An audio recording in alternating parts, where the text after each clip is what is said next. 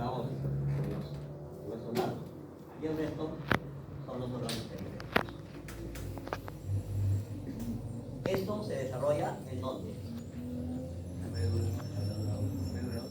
En la médula ósea. Esto ocurre en la médula ósea, en la médula ósea. Y la al timo para diferenciarse, como lo han visto ustedes, en subpoblaciones linfocitarias.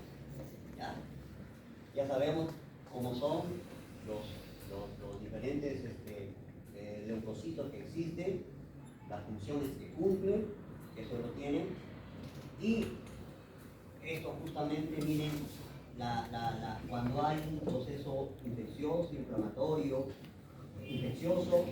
luego inflamatorio, y esto conlleva una respuesta, digamos, para poder llegar células hacia el foco inflamatorio, ¿no? Eso se llama diapedesis. Y acá hay digamos, recorrido que se adquieren a nivel del endotelio, las células endoteliales, para poder, digamos, migrar hacia el foco infeccioso. Y esto es muy importante, ¿eh? Miren, ¿por qué les digo todo esto? Para lo siguiente, esto igual, miren ahí, cuando hay una infección, hay una fagocitosis,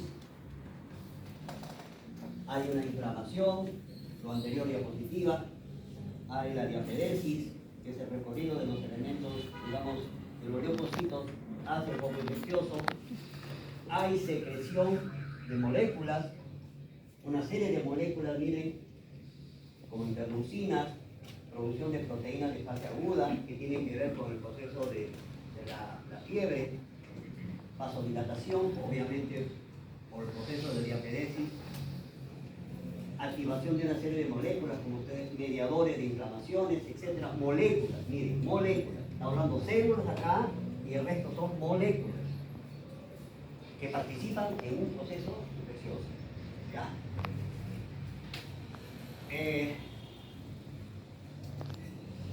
La diferencia entre el linfocito B y T, la presencia de los receptores o moléculas en la membrana, los receptores de células B, los receptores de células T, miren, los CD4, CD8, la diferencia entre linfocitos citotóxicos, linfocitos auxiliares operadores, la presencia de estos receptores. Y en todas las células existen CD3 y CD28. La molécula de clase de histocompatibilidad de clase 2, existen este tipo de moléculas, ¿ya?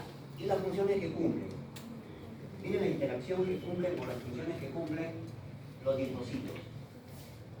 Lo importante que es entre auxiliar o operador, o género. Este es prácticamente el punto de inicio de la respuesta inmune. Célula presentadora de antígeno, esto es importante para poder activar mediante la secreción de citoquinas las demás poblaciones celulares. Linfocitos B, citotóxicos, incluso los glandulares.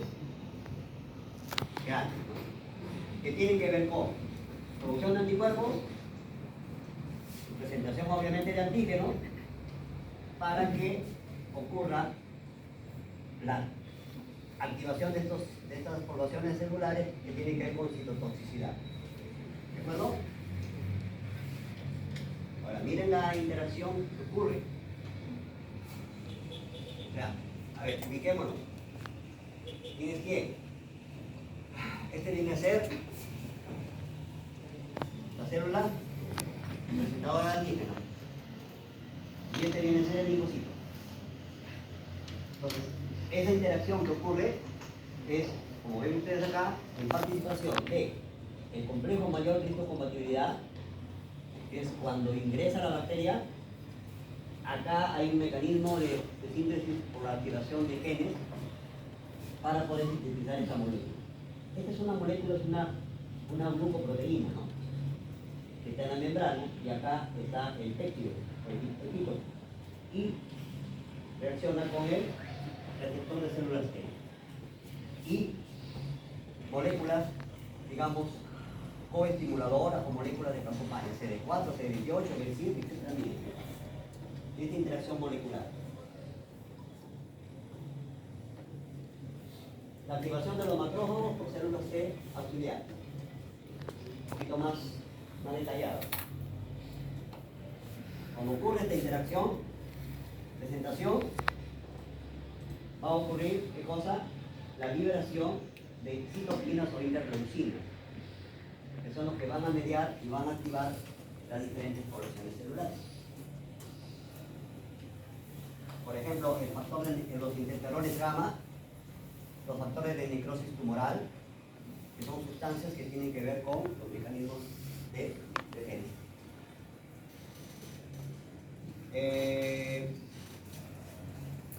A ver, los TH1, ¿qué son? Los TH1, ¿qué son?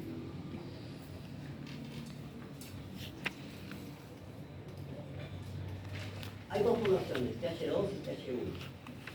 Los TH2 son los linfocitos auxiliares que tienen que ver con agentes extraños externos. Y los TH1 tienen que ver con la activación de población linfocitaria que tienen que ver con infecciones internas, principalmente para infecciones virales, por ejemplo, o cáncer, o células tumorales. ¿Cómo se activan los linfocitos D? Primero, ¿de qué? Fíjense. El linfocito B tiene la capacidad de, hay un receptor de célula B que reacciona con el patógeno, tiene la capacidad de fagocitar y de expresar el epítope al linfocito TH2, la cual se activa. Esa interacción genera la producción de interleucinas.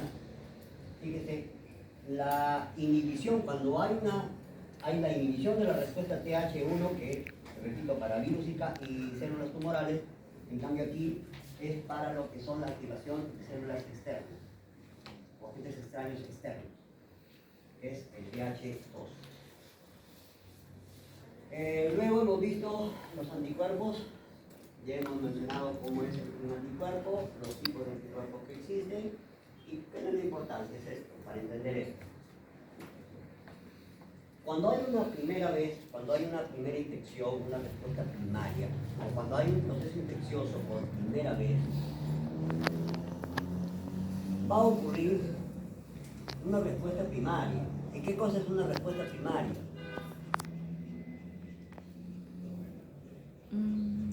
El sistema inmunológico, si se entiende. ¿Qué cosa es una respuesta primaria? Esto se refiere a una respuesta humoral. Cuando hablamos de una respuesta humoral se refiere a la producción de moléculas. Pero una respuesta primaria, ¿cuál es la diferencia con una respuesta secundaria? Ustedes lo pueden ver ahí.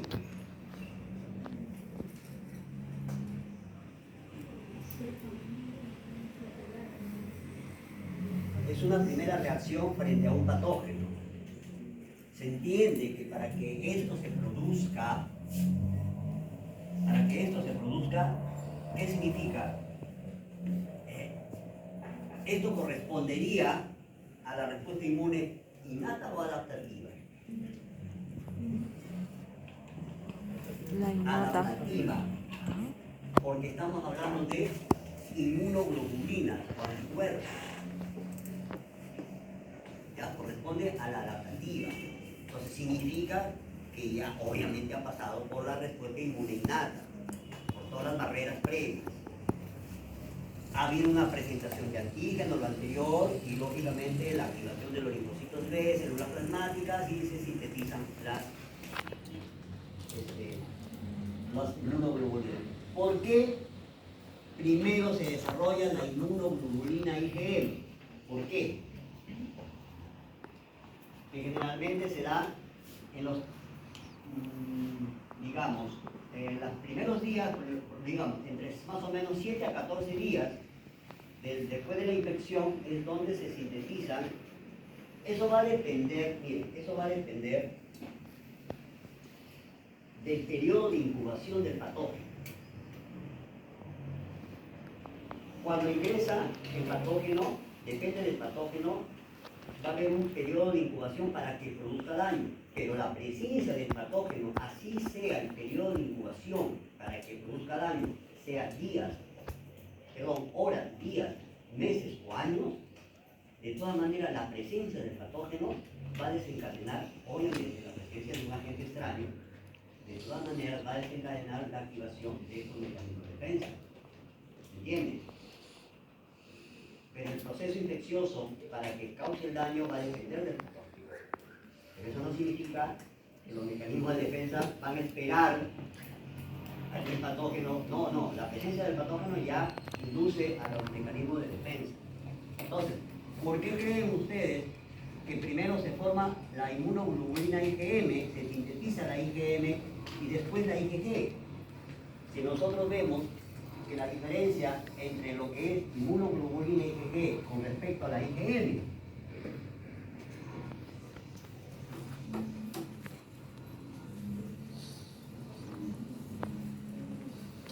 porque tiene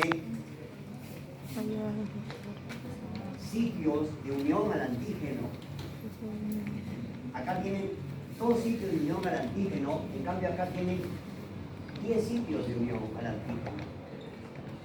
Entonces, si es que se está dando una infección y hay presencia de patógenos, la formación de inmunoglobulina IgM nos indica que hay una infección aguda ahí en el momento que hay un proceso.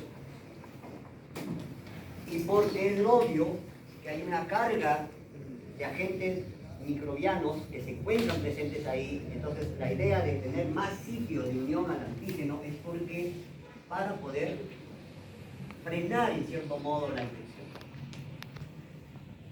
Y luego ya ocurre la formación de manera simultánea, digamos ahí, para formar inmunoglobulina IgG. Pero esto ocurre así, miren lo que está pasando acá. Linfocitos B se están activando para formar primero inmunoglobulina IgM, ¿se dan cuenta? Y luego otra población linfocitaria se está sintetizando digamos, se están dividiendo para sintetizar las inmunoglobulinas IgG. Y hay otra población de linfocitos B que ya son las células de memoria. ¿De acuerdo? Entonces, ya en una segunda respuesta o respuesta secundaria, ¿qué implica? El patógeno vuelve, o sea, cuando ocurre esto, está relacionado con la enfermedad. Porque se supone que acá hay infección, hay un problema, hay una enfermedad, hay un cuadro clínico, y luego cuando ya se está formando esto, ya la enfermedad, obviamente, hay una etapa de convalecencia. Ya se está curando, se está sanando, se está recuperando la persona, ¿no? Porque está ocurriendo esto. ¿Se dan cuenta? Ahora, una respuesta secundaria. La diferencia es que en la respuesta secundaria también va a ocurrir la formación de inmunoglobulina IgM, porque está presente el patógeno. Pero si ustedes se dan cuenta, es menor.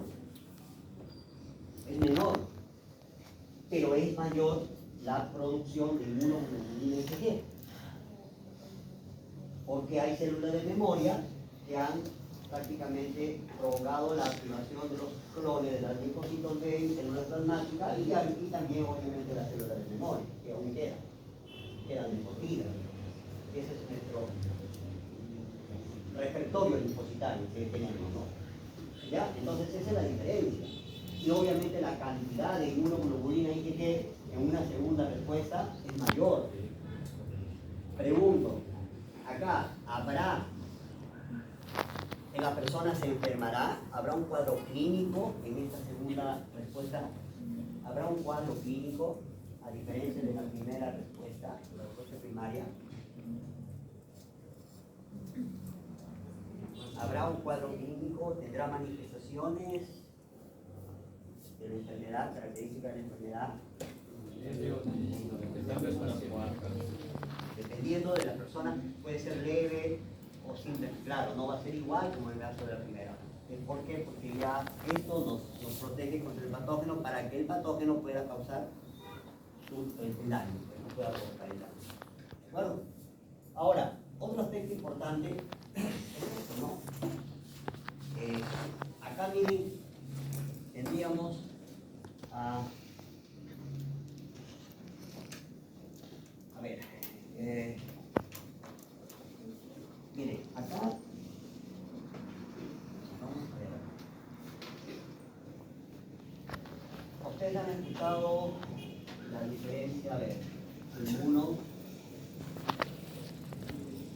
profilaxis,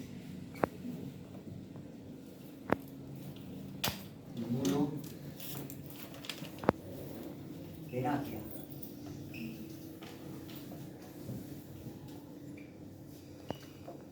Cuando hablamos de una inmunoprofilaxis o profilaxia, hablamos del uso de productos para prevenir o para evitar una enfermedad o una infección. Bueno, perdón, para prevenir en este caso que no podemos prevenir la infección, puede ingresar el patógeno. ¿Me dejo entender? Puede ingresar el patógeno. Podemos infectarnos. Pero acá lo que se trata en la inmunoprofilaxis es evitar enfermarnos. ¿Entienden? Evitar enfermarnos. En el cambio, en la inmunoterapia es cuando se entiende que la terapia es tratamiento. ¿Me dejo entender? Es cuando ya el patógeno ingresa y podemos nosotros bloquear ese daño que podría causar o estaría causándolo.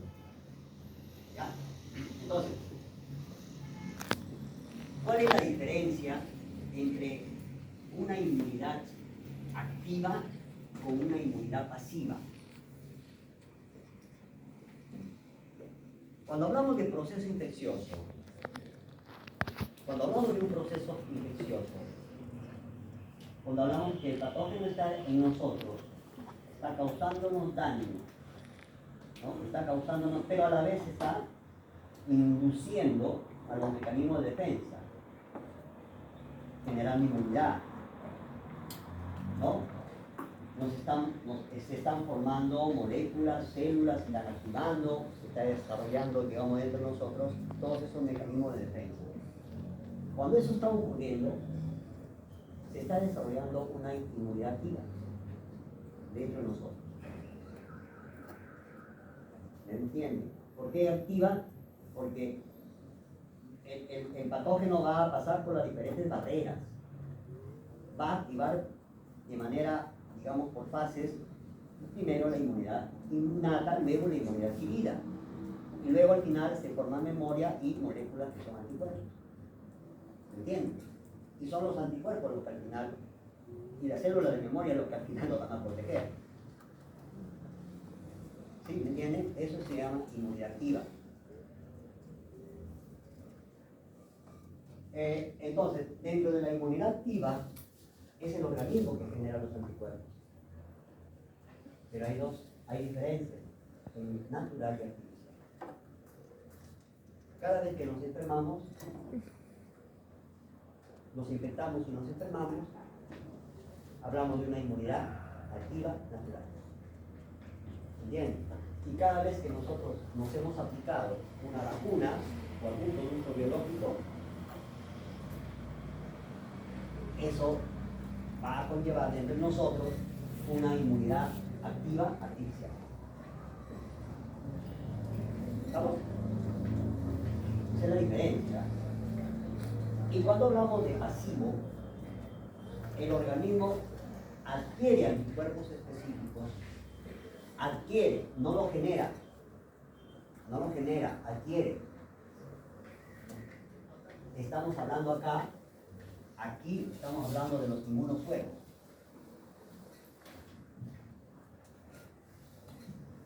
¿Ya? Inmunosueros, los inmunosueros, lo que nosotros conocemos como antídotos.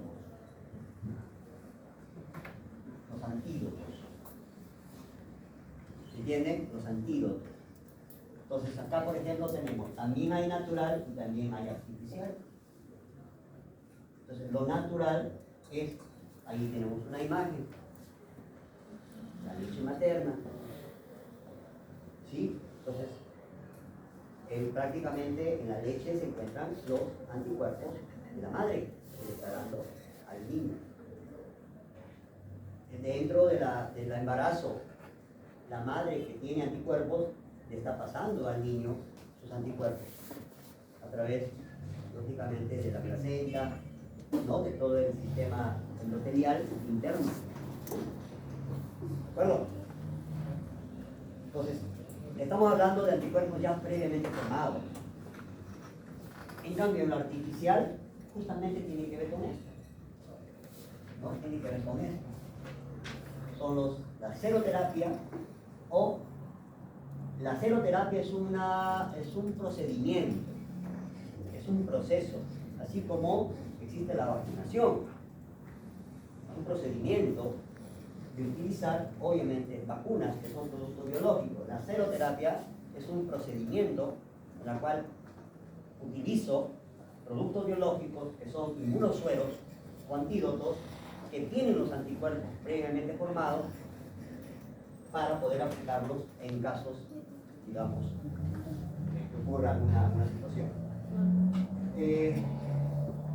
Dígame, por ejemplo, bueno, acá esto ni hablar, ¿no? Cada vez que nosotros nos infectamos, nos enfermamos, ya estamos hablando de una inmunidad activa natural. Pero todas las vacunas que nosotros tenemos, calendario de vacunación, todos tenemos y estamos aplicando, ahí están. Natural, ya lo tienen. Ejemplo de acá, por ejemplo, hay una serie de inmunosueros, por ejemplo, contra arañas, ¿no? Contra arañas. ¿Pero contra arañas o contra el veneno de las arañas? Contra el veneno, no contra las arañas. No imagino. Contra el veneno de las serpientes.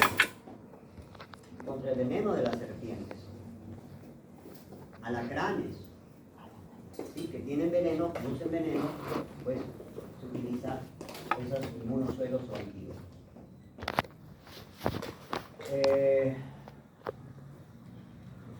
Por ejemplo, han escuchado hablar del tétanos. El tétano, que es causado por Clostridium tetani. El tétano produce una toxina, ¿no? Hay un inmunosuero que es llamado la antitetánica contra la toxina del tétanos. El tétano produce una toxina que es la tetanolicina, tetanoplasmina, que son productos biológicos, no se olviden, todo patógeno causa daño. ¿Por qué? ¿Por qué causa daño un patógeno? Por alguna estructura que ellos tengan, que lo hace más resistente, y por lo que produce. ¿Qué produce? Que le hace daño. ¿Qué produce que le hace daño? Que nos hace daño. Las toxinas y las enzimas. ¿Ya? Entonces, por eso eso es lo que ustedes van a tratar la próxima semana. ¿Qué es lo que nos causa daño? ¿Qué produce tal microorganismo? ¿Qué es lo que tiene este microorganismo? ¿Qué mecanismo tiene este microorganismo que causa daño? ¿Ya? Entonces son las toxinas. Entonces, la toxina que produce un microorganismo y causa daño desde el punto de vista inmunogénico, ¿no sería un antígeno? La toxina que causa daño desde el punto de vista patogénico, pero esa toxina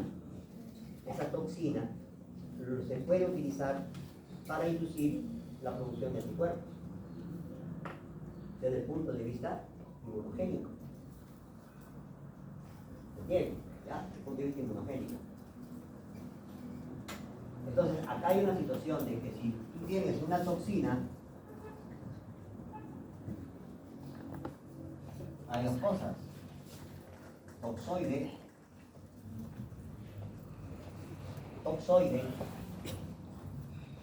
y del toxoide puede producir anticuerpos. O sea, puede producir un inmunosuero que contiene inmunoglobulinas, contra, ¿qué cosa? Ahora, a ver, el toxoide se utiliza para inmunizar o para inducir la producción de inmunoglobulinas. ¿Contra quién? Contra la toxina.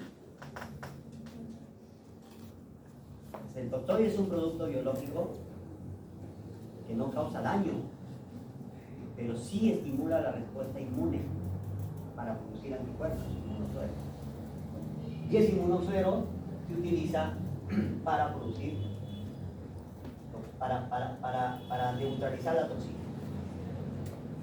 Entonces acá estamos viendo, miren, toxina, causa daño, toxoide, producto biológico para prevenir, y a la vez puede ser utilizado para producir inmunosuero, que sirve para la terapia, para la inmunoterapia. Acá nada más estamos viendo varias cositas. ¿Ah?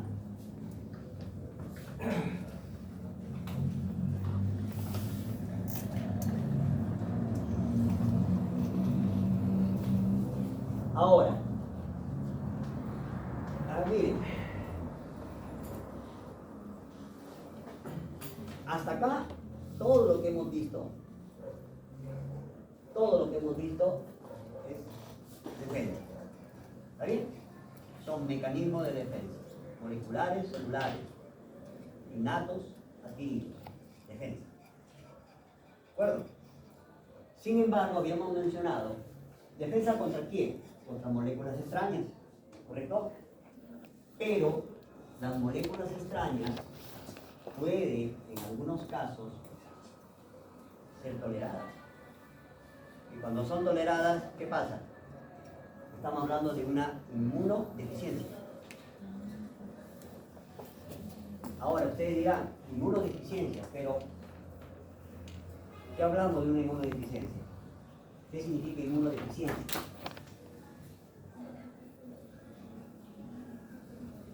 Estamos viendo que los mecanismos de defensa como sistema inmune es gracias a la presencia de moléculas que se sintetizan ¿en dónde? Y se diferencian ¿en dónde? Esas células. En el timo y médula ósea. Y a la vez producen moléculas. Y a la vez hemos visto que en su membrana, moléculas que son quimiotácticas, moléculas que van a mediar la respuesta inmune. Esas moléculas, ¿qué son? Son principalmente proteínas. Y si son proteínas, se van a sintetizar por un proceso genético, por una activación de genes. ¿O no?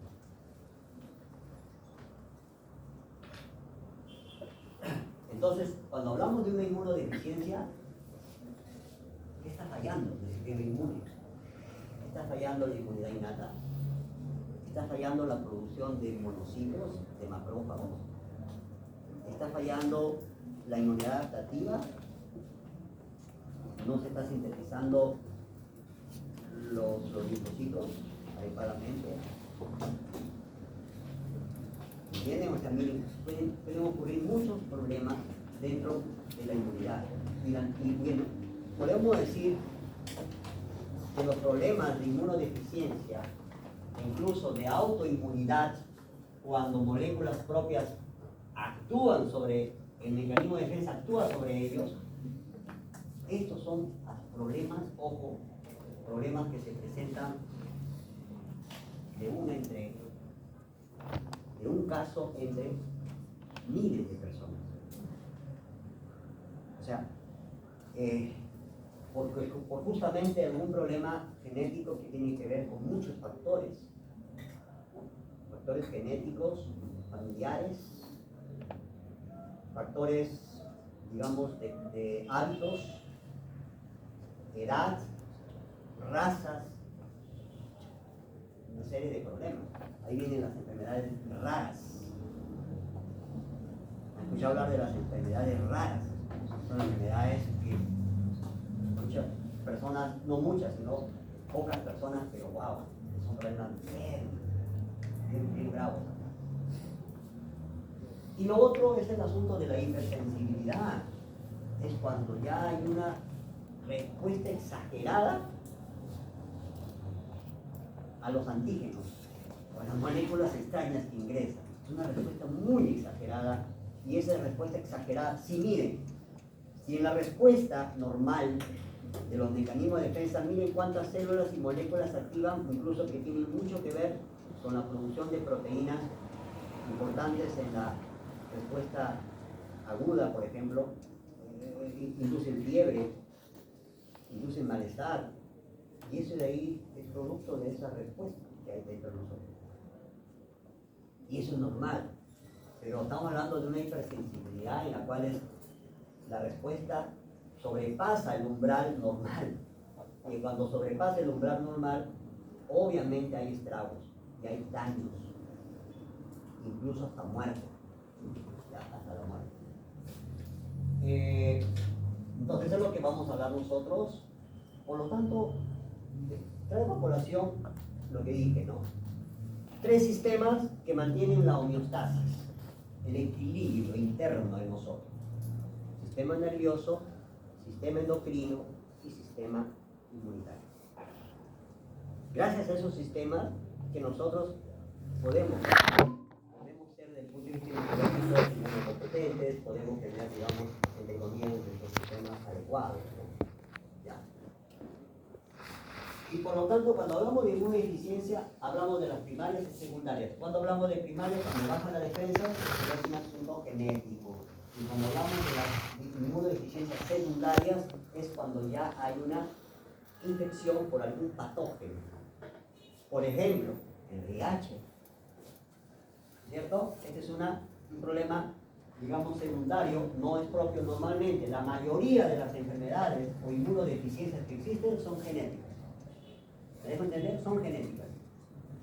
Pero las secundarias es cuando hay un proceso infeccioso que elimina la población, digamos, de células defensivas, altera las células defensivas, ¿me entienden? Son casos del VIH, por ejemplo, ¿no? Y miren, y las inmunodeficiencias primarias, que son genéticas, desde el punto de vista genético, pues causan una serie de problemas, obviamente, de infecciones, de neumatosis, o problemas de autoinmunidad, problemas de daños, o proliferación de linfocitos, hasta atopías, que son justamente alteraciones de los mecanismos de defensa. Miren, para que más o menos tengan una idea, si la inmunodeficiencia es en la producción de anticuerpos, o sea, nos faltan anticuerpos, tiene que ver con las células plasmáticas, linfocitos B. Puede provocar infecciones oportunistas, como infecciones al oído, senos paranasales, provocar infecciones pulmonares cuando hay un problema de falta de anticuerpos. Las personas muy fácilmente se enferman. Se enferman por, miren, infecciones oportunistas. Por ejemplo, cuando hay una inmunodeficiencia mediada por células, cuando hay una deficiencia por algunas células que ustedes han visto que existen dentro de los mecanismos de defensa, fíjense, pueden haber neumonía. A pesar que estamos vacunados, puede haber tuberculosis. Podemos desarrollar tuberculosis, a pesar que estamos vacunados. ¿Por qué? Obvio, es lógico. Si tenemos células de memoria, pero si bajan los mecanismos de defensa, bajan la población celular de macrófagos, de monocitos, no hay células presentadoras de antígenos. Entonces nos baja la defensa. Por el complemento, cuando hay deficiencia en las proteínas del complemento, que cumplen muchas funciones, puede haber infecciones transmitidas, por ejemplo, estreptococos, neumococos, neisseria, tantos problemas. Por ejemplo, a ver, ¿han escuchado hablar de la vacuna contra el neumococo? Vacuna contra la influenza. Y el neumococo principalmente a las personas, lógicamente, de mayor edad. ¿Por qué? ¿Por qué de mayor edad? Porque las personas de mayor edad, está de más decirles, un recién nacido, un niño, está formando un sistema inmunológico. Igual las personas de tercera edad o los ancianos están ya prácticamente disminuyendo su capacidad de respuesta inmunológica. Y ahí es donde, por ejemplo, pueden tener deficiencia con el sistema de complemento, con las proteínas que hay en la sangre. Y eso conlleva a que ocurra sepsis, septicemias. ¿No han escuchado hablar de ustedes, por ejemplo, de las personas de mayor edad, donde ya se les complica porque hay una septicemia?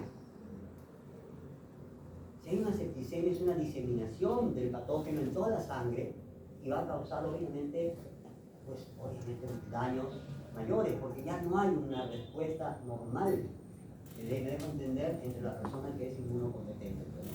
Y así, ¿no? Podemos ver por deficiencia de fagocitos que pueden provocar abscesos, en fin, una serie de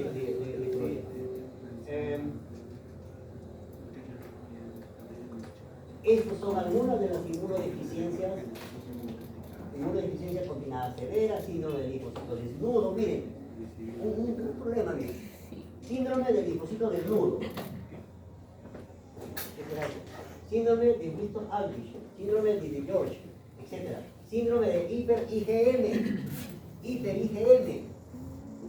Si normal hemos visto IgM, cómo se produce y quién lo produce, pero si hay una sobreproducción de IgM, imagínense lo que puede pasar, etc. Ahora miren, para que más o menos vean a qué se refiere el síndrome del linfocito desnudo. Falla en la expresión de las moléculas de clase 1 o 2 del complejo mayor de histocompatibilidad. Hemos visto que los linfocitos, ¿verdad? Que los linfocitos, por ejemplo, miren, afectación del complejo mayor de histocompatibilidad tipo 2. La selección positiva que acabamos de ver en el video del linfocito TCD4 se ve afectada. Y la respuesta periférica adaptativa es limitada. Cuando afectan los complejos mayor tipo 1 puede provenir efecto de la proteína TAP o beta microglobulina, que son parte del receptor, al presentar de manera reducida antígeno del TCDH. La inmunidad celular contra virus está afectada. O sea, si no existen esos receptores, o hay deficiencia, digamos, con respecto a la expresión de esas moléculas, ustedes saben que las moléculas del complejo mayor de histocompatibilidad son las que van a hacer, las que van a presentar a la antígeno. ¿De acuerdo? Entonces es lo que más o menos puede ocurrir. El síndrome de Winston-Aldrich, por ejemplo, ligado al cromosoma X, por la deficiencia de este gen que tiene que ver con la producción de citoesqueleto de las células hematopoyéticas. Ustedes saben que todas células tienen un citoesqueleto y la función del citoesqueleto es muy importante dentro de las células. Y ese citoesqueleto está formado por proteínas. Y si hay deficiencia genética, va a haber problemas, lógicamente, como bien, más o menos, para que vean, hay eczemas, trombocitopenia, plaquetas, inmunidad celular afectada, baja inmunoglobulinas, IgM. No hay inmunoglobulinas IgM, es bajo. Entonces estamos diciendo que las inmunoglobulinas IgM son la primera inmunoglobulina cuando hay una infección. Si es baja, imagínense una infección, o sea, prácticamente va a haber infecciones bacterianas contra Streptococcus pneumonia, Haemophilus influenza, Staphylococcus aureus, las bacterias que están en nosotros. ¿Entienden? Entonces, prácticamente es para que tengan una idea. Y miren los casos, de uno entre 50.000 a 250.000 personas. O sea, estos problemas por deficiencia, ¿no? Luego tenemos las agamaglobulinemias, como por ejemplo, estos son inmunodeficiencias, por ejemplo, ligado al cromosoma X, inmunodeficiencia variable común, reducción de uno o más isotipos de inmunoglobulinas, deficiencia selectiva de IgA. Miren cuántos problemas, solamente los traigo a colación para que vean, porque tratar cada una de ellas es obviamente, implica un tiempo mayor, ¿no? Deficiencias inmunes innatas. Enfermedad neumatomática crónica, del Chiari-Higashi, deficiencia de adhesión de leucocitos. Mire, deficiencia de adhesión de leucocitos. A ver, cuando hay una infección, hay un foco infeccioso, vasos sanguíneos. ¿Qué ocurre en los vasos sanguíneos cuando hay un foco infeccioso? Ocurre el desplazamiento de células del vaso sanguíneo hacia el foco infeccioso. Pero eso ocurre por un desplazamiento de los linfocitos o los glóbulos blancos dentro del vaso sanguíneo. Y si hay deficiencia de adhesión de leucocitos, no van a prácticamente a desplazarse y no van a poder salir. ¿Ustedes se imaginan si no sale? ¿Qué sale? Salen neutrófilos, salen células que van a ir para poder detener la infección. Si hay deficiencias acá, obviamente no va a haber ese desplazamiento y no va a haber un problema muy grave. Chiari-Higashi, por ejemplo, 500 casos alrededor del mundo. ¿Podemos ir al baño? Ya tiene que ver, por ejemplo, mire, es un problema genético, autosómico, recesivo, genética, puede provocar infecciones recurrentes, efecto de la coagulación, pigmentación, función neurológica, una serie de problemas. Deficiencia de las células T y NK. Deficiencia de esas células en estas personas, ¿no? Hay mutaciones en el gen que están encargados del tráfico lisosomal. Hay melanosomas, tipo, digamos, tumores, granulocitos, gránulos gigantes. Si uno hace un frotis sanguíneo, uno puede ver, claro, obviamente corroborando el cuadro clínico, ¿no? Miren, que lo hemos visto nosotros en la práctica, pero bueno, aquí es otra cosa y es una patología, ¿no? Bueno, ¿de acuerdo? Autoinmunidad tiene que ver con fracasos de los mecanismos de tolerancia inmunitaria. Es cuando, digamos, hay una respuesta contra nuestras propias moléculas. Sobre órganos específicos, incluso hay algunos que son sistémicos. La célula T o anticuerpos reconoce antígenos propios. Eso tiene que ver con la autoinmunidad. Bueno, y hay una serie de enfermedades.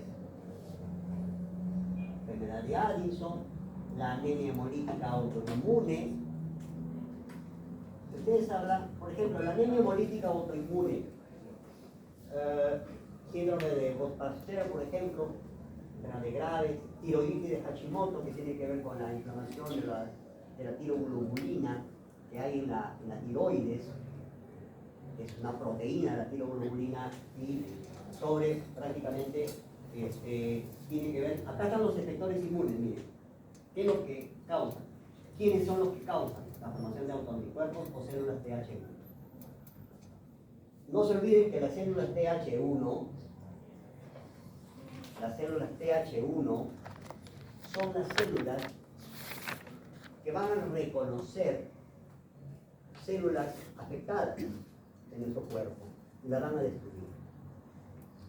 Y si las células afectadas son, por ejemplo, las células que tienen que ver con la tiroides, entonces los TH1 van a ir hacia ese lugar donde hay un proceso inflamatorio, digamos acá, y lo van a destruir las células. Y provoca la inflamación de la tiroides. Pero están, ¿qué cosa? Autoanticuerpos, células que están actuando contra nuestras propias moléculas. ¿De acuerdo? Esta es la miastenia gravis, que tiene que ver con autoanticuerpos que se unen al receptor de acetilcolina. ¿Cuál es el receptor de acetilcolina? Tiene que ver con el nervio y con el tejido muscular, con la acetilcolina. Si bloquea el receptor, no va a haber esa respuesta de sinapsis, o perdón, de neurotransmisión. El otro es el problema del lupus eritematoso sistémico. ¿Ya? Es una etiología genética, tiene que ver con un proceso de hipersensibilidad. Cierra la puerta, cierra la puerta. ¿De acuerdo? El otro son las esclerosis múltiple, también tiene que ver con un asunto, digamos, familiar. Tiene que ver, por ejemplo, con células TCD4 autorreactivas, con la producción de linfocitos TH17 y con la interleucina 17, que son células que reaccionan contra tejidos que tienen que ver con el cerebro, ¿no? O células del nivel del cerebro. Bueno, esto acá también es conocido, la artritis reumatoidea, que también es un problema de autoinmunidad, es una inflamación crónica de las articulaciones, ¿no? Y finalmente, lo que es los mecanismos inmunes de lesión tisular, que son justamente las hipersensibilidades. Hay 4 tipos de hipersensibilidad: tipo 1, 2, 3 y 4. La 1 está relacionado con inmunoglobulina IgE. Todo es lo que nosotros conocemos como alergias, anafilaxias, las atopías. Cuando somos alérgicos a un alergeno. El alergeno es una molécula que puede estar en el alimento, en el ambiente, en los ácaros, o sea, hay muchos productos alimenticios que tienen sustancias alergenas que nos causan alergia, ¿no? Y esta es una reacción, repito, de hipersensibilidad tipo 1. La característica del antígeno es soluble. Tipo 2 está relacionado con inmunoglobulina IgG y el antígeno está asociado con algunas células. Por ejemplo, la eritroblastosis fetal. La eritroblastosis fetal, en este caso, que tiene que ver con factor RH, positivo o negativo, ¿correcto? El tipo 3, inmunoglobulina IgG, soluble el antígeno, pero está relacionado con complejos, con el alergeno y el anticuerpo, y la activación del sistema de complemento, que puede llevar a la lisis de las células o de los tejidos. Y el tipo 4 tiene que ver con células TH1, células TH2 y con linfocitos T citotóxicos. Esto tiene que ver con la activación de macrófagos, de eosinófilos, y esto tiene que ver con la citotoxicidad. Y tiene que ver, por ejemplo, con la dermatitis, con la rinitis crónica, con la enfermedad, con asma, o con la inflamación de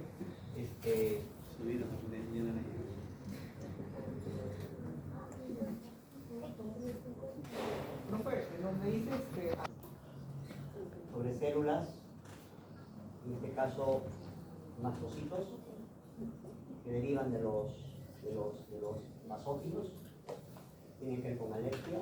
Esto de acá ya es, digamos, por la formación de complejos, con anticuerpos, con antígenos en células, pueden destruir, y por el sistema de complemento, ¿no? Que son los que causan la lisis. Esto por formación de complejos también y activación del sistema de complemento, tipo 3, que forman depósitos en la superficie de las células o de los tejidos, y estos son ya mediados por células, ¿no? Que son, mira, acá tienen el antígeno, linfocitos TH1, activan citoquinas que causan la activación de los macrófagos y provocar una reacción local, que generalmente es una dermatitis, por ejemplo, la dermatitis alérgica. ¿Ya? A ver, finalmente, este es el tipo 1. Tipo 1.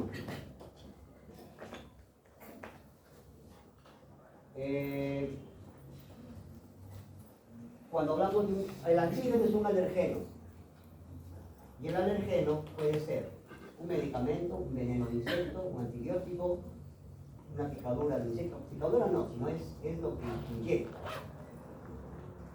Polen, restos de insectos, animales, ácaros, productos alimenticios, lo que hay en los productos alimenticios, en la leche, huevos, pescado. Hay diversos, hay un catálogo de alergenos ya identificados en diferentes alimentos, que para una persona u otra puede ser alérgico, depende.